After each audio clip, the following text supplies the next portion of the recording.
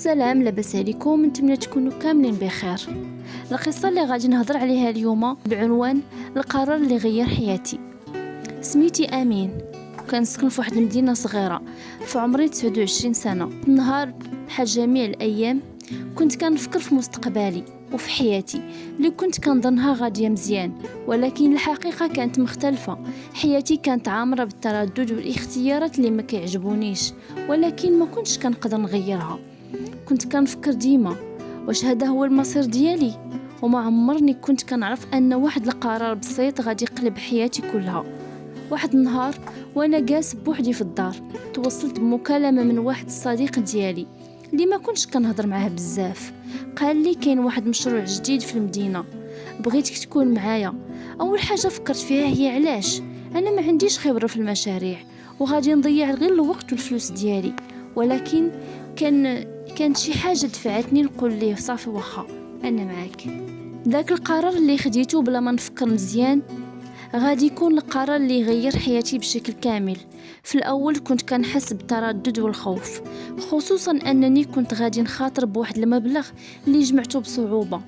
المشروع كان عباره على واحد المحل صغير لبيع الملابس التقليديه، ولكن كنا بغينا نضيفوا عليه واحد اللمسه جديده، شي حاجه اللي ما كايناش في السوق. البدايه كانت صعيبه، واجهنا بزاف ديال المشاكل، ما كناش كنعرفوا السوق مزيان وما عندناش الزبائن، ومره كنت كنسمع الناس كيقولوا ان هذا المشروع ديالنا غادي يسقط من الاول. ولكن مع مرور الوقت بدينا كنشوفوا شويه ديال الامل، شويه بشويه بدينا نكتسبوا زبائن جداد، وبديت كنحس براسي كاني كنكتشف قدرات جديده فيا. ما غاديش نكذب، الطريق ما كانتش مفروشه بالورود، كنا كنعانيو مع الموردين والاثمنه اللي كانت كتطلع فجاه، وكانت كاين شي مشاكل مع الكراي.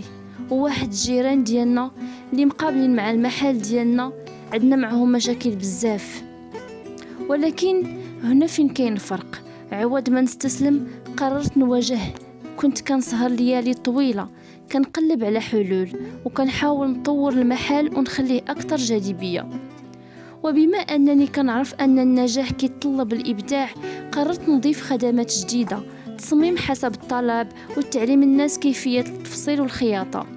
هاد الخدمه الاخيره جلبت لي زبائن جداد، وكانت نقطه تحول كبيره، والناس بدات تآمن بفكره المشروع، وبدات شهرتنا كتزيد. ما نكذبش عليكم، الفرحه اللي كانت كتعطيني هاد الخدمه ما كنتش كنلقاها في حتى حاجه اخرى.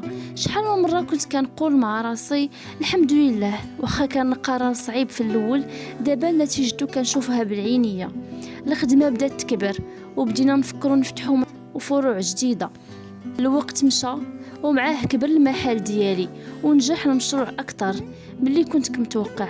ولكن اللي كان فعلا مهم هو ان هذا القرار الاول اللي خديته غادي يعلمني درس كبير. النجاح كيتطلب الجرأة، ولكن الجرأة بلا تخطيط أو تفاني ما كتسوى والو.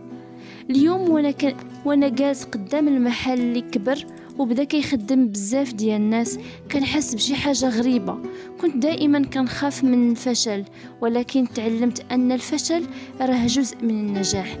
لولا داك القرار اللي خديته في داك النهار العادي، ما كنتش غادي نعيش هاد اللحظة ديال النجاح اللي عايشها دابا. الحياة عبارة عن اختيارات، وبزاف منها كيكونوا صغار ولكن تأثيرهم كبير. القرار اللي يمكن يبان لك صغير هو اللي غادي يغير حياتك بشكل كامل. الحاجة اللي خاصك تعرفها هي أن الجرأة كنز، ولكن معاه خاصك الصبر والاجتهاد. وبهذه الطريق غادي تقدر توصل لأي حاجة بغيتيها في حياتك. اليوم كنعيش حياتي وأنا فخور بالقرار اللي خديته.